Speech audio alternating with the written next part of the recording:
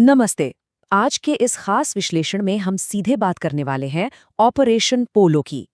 यह सिर्फ एक सैन्य अभियान नहीं था, बल्कि आंतरिक नीति और संप्रभुता के बीच एक ऐसा जबरदस्त संघर्ष था जिसने एक राष्ट्र के नक्शे को हमेशा के लिए बदल कर रख दिया। आइए देखते हैं कि कैसे एक बेहद ताकतवर रियासत को भारत का अभिन्न हिस्सा बनाया गया। आगे बढ़ने से पहले आपको बता दें कि इस जटिल इतिहास की परतों को खोलने वाला हमारा ये गहरा विश्लेषण वेलोसिटी क्लासेस के सहयोग से आपके लिए लाया गया है। सोचिए, हैदराबाद रियासत आखिर कितनी बड़ी थी। इसे ऐसे समझते हैं, करीब 82,000 वर्ग किलोमीटर का इलाका। मतलब अगर आप पूरे ब्रिटेन और स्कॉटलैंड को एक साथ मिला दें तो भी हैदराबाद उससे बड़ा था। ये सिर्फ एक राज्य नहीं, बल्कि अपने आप में एक स्वतंत्र देश जैसा विशाल भूभाग था। और सिर्फ जमीन ही नहीं, यहाँ की आबादी 1,60,00,000 थी, जो उस वक्त के कई यूरोपीय देशों की कुल आबादी से भी कहीं ज्यादा थी। शायद इसके इसी विशेष दर्जे की वजह से आज़ादी मिलने के बाद हैदराबाद को अपने भविष्य का फैसला करने के लिए 3 महीने का एक असाधारण अतिरिक्त समय दिया गया था। अब जरा यहाँ की दौलत और ताकत का अंदाजा लगाइए। 1937 में वहाँ के निजाम को दुनिया का सबसे अमीर इंसान माना गया था। आप यकीन करेंगे, वो 185 कैरेट के उस मशहूर और बेशकीमती जैकब हीरे को अपनी टेबल पर महज एक पेपरवेट की तरह इस्तेमाल करते थे। जी हाँ, पेपरवेट। अब सवाल था कि इतनी शक्तिशाली रियासत को संभाला कैसे जाए। यहीं से भारत सरकार की तत्कालीन कैबिनेट के अंदर एक बहुत ही गंभीर और तीखी बहस शुरू होती है। तत्कालीन गृह सचिव HVR आयंगर के नोट्स बताते हैं कि सरदार पटेल का नजरिया इस मामले में बिल्कुल साफ था। उनका मानना था कि देश के ठीक बीचों बीच एक ऐसी आज़ाद रियासत का होना जिसकी वफादारी बाहर हो सकती है, हमारी राष्ट्रीय सुरक्षा के लिए एक बहुत बड़ा खतरा है। पटेल जी के शब्दों में ये भारत के पेट में एक कैंसर की तरह था, जिसे किसी भी कीमत पर बर्दाश्त नहीं किया जा सकता था। लेकिन वहीं दूसरी तरफ प्रधानमंत्री जवाहरलाल नेहरू की सोच थोड़ी अलग थी। वो सैन्य कार्यवाही के एकदम खिलाफ तो नहीं थे, लेकिन इसे बिल्कुल आखिरी विकल्प मानते थे।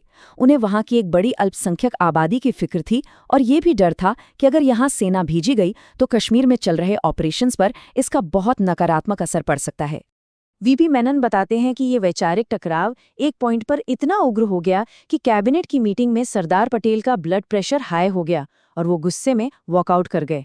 उन्होंने यहाँ तक कह दिया, नेहरू अपने आप को समझते क्या हैं। हालात इतने तनावपूर्ण हो गए थे कि C राजगोपालाचारी को तुरंत बीच बचाव करना पड़ा, ताकि पटेल द्वारा नेहरू को प्रधानमंत्री पद से हटाने का कोई प्रस्ताव ही ना आ जाए। कैबिनेट में चल रही इस अंदरूनी कश्मकश के बीच निजाम अंतर्राष्ट्रीय बिसात पर बहुत ही आक्रामक चालें चल रहे थे। उन्होंने बहुत तेजी से चेकोस्लोवाकिया के साथ 30 लाख पाउंड के गुप्त हथियारों की डील करने की कोशिश की, पाकिस्तान को 20 करोड़ रुपए का बड़ा लोन दे दिया और कराची में अपना ट्रेड एजेंट भी बिठा दिया। बात यही नहीं रुकी, पुर्तगाल के जरिए गोवा के बंदरगाह तक पहुंचने की कोशिश हुई और यहां तक कि अमेरिकी राष्ट्रपति से भी सीधे दखल देने की अपील कर डाली, जो खैर नाकाम रही। और जब मजलिस-ए-इत्तेहादुल मुस्लिमीन के नेता सैयद कासिम रज़वी ने जूनागढ़ विवाद को लेकर भारत पर ताने कसने शुरू किए, तब सरदार पटेल ने एक बेहद सख्त और तीखी चेतावनी दी। उन्होंने कहा कि अगर हैदराबाद ने दीवार पर लिखी इबारत नहीं पढ़ी तो उसका भी बिल्कुल वही अंजाम होगा जो जूनागढ़ का हुआ है। इसके बाद चीजें बहुत तेजी से बदली। 22 मई 1948 को जब रजाकारों ने गंगापुर स्टेशन पर बेगुनाह नागरिकों पर हमला कर दिया तो भारत सरकार पर दबाव बहुत बढ़ गया। फिर 11 सितंबर 1948 को एक निर्णायक मोड़ आया, मोहम्मद अली जिन्ना का निधन। इससे निजाम ने अपना सबसे बड़ा अंतर्राष्ट्रीय समर्थक खो दिया और इसके ठीक 2 दिन बाद भारत ने अपनी सैन्य कार्रवाई शुरू कर दी। लेकिन इस मिलिट्री स्ट्राइक से ठीक पहले की यह कूटनीतिक चर्चा बहुत अहम है। पाकिस्तान के संभावित हमले की आशंका को देखते हुए सरदार पटेल ने सीधे जनरल करियप्पा से पूछा कि क्या वो बिना किसी बाहरी मदद के पाकिस्तान का सामना कर सकते हैं। करियप्पा का आत्मविश्वास से भरा जवाब सिर्फ एक शब्द का था, हाँ। उधर बॉर्डर के पार पाकिस्तान की असलियत कुछ और ही थी। जब पाकिस्तानी प्रधानमंत्री लियाकत अली खान ने अपनी डिफेंस काउंसिल में भारत पर बमबारी करने की संभावना पर बात की, तो ग्रुप कैप्टन एलवर्थी ने उन्हें 2 टूक जवाब दिया। उन्होंने बताया कि पाकिस्तान के पास कुल 4 बॉम्बर प्लेन हैं, जिनमें से सिर्फ 2 ही काम कर रहे हैं। अगर उन्हें दिल्ली भेजा गया तो वो एक सुसाइड मिशन होगा जहां से कोई वापस नहीं आएगा। कूटनीतिक तनाव के इस दौर से निकलकर अब बात करते हैं उस जबरदस्त और बेहद तेज सैन्य कार्रवाई की। 13 सितंबर 1948 को मेजर जनरल जे.एन. चौधरी के नेतृत्व में भारतीय सेना हैदराबाद में दाखिल हुई। इस पूरी आक्रामक कार्रवाई का नाम रखा गया ऑपरेशन पोलो। अब आप सोचेंगे पोलो ही क्यों? दरअसल उस वक्त हैदराबाद राज्य में दुनिया में सबसे ज्यादा यानी पूरे 17 पोलो के मैदान मौजूद थे। हमारी सशस्त्र सेनाओं की रणनीतिक प्लानिंग इतनी जबरदस्त थी कि उन्होंने अंदर घुसते ही रज़ाकारों और विरोधी बलों को कुचलना शुरू कर दिया। सबसे हैरानी की बात तो ये है कि इतने विशाल राज्य को भारतीय सेना ने सिर्फ 108 घंटों के अंदर पूरी तरह से अपने कंट्रोल में ले लिया और विरोधियों को निष्क्रिय कर दिया। लेकिन अगर हम डेटा देखें तो इस तेज कार्रवाई की एक भारी मानवीय कीमत भी चुकानी पड़ी। जान माल का सबसे ज्यादा नुकसान रज़ाकारों और हैदराबाद राज्य के सैनिकों को हुआ।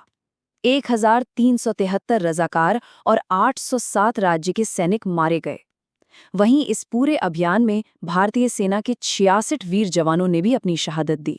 सीज़फायर के बाद के राजनीतिक हालात और आत्मसमर्पण के वो ऐतिहासिक पल वाकई गौर करने लायक हैं।